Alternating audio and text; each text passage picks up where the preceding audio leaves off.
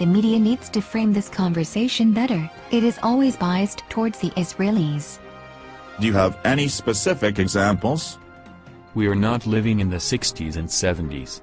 Israel is not as threatened by its neighbors as it did back then.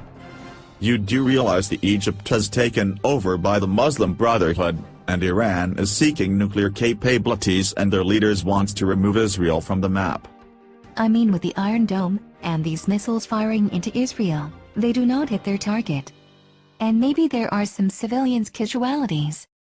So, you arguing that Israel should just tolerate a missile being fired every now and then?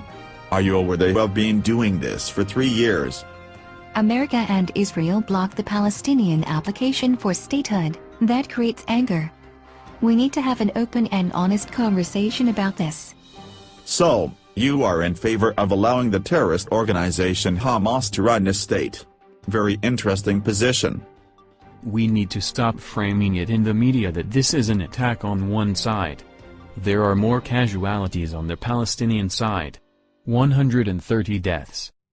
I assume you got that statistics and pictures of the violence in Palestine from the mainstream media. That you claim only shows one side. The Palestinians fire off these rockets in a random pattern. Whether or not they intend to kill civilians. So you are trying to argue that firing a rocket attacks randomly are not intended to kill civilians. Both sides are killing civilians. They should be treated the same. The targeted Israeli attacks kill civilians as well. Who is claiming the Israelis have not killed civilians? The only reason Israel is doing these strikes is for 3 years they have to endure missile attacks.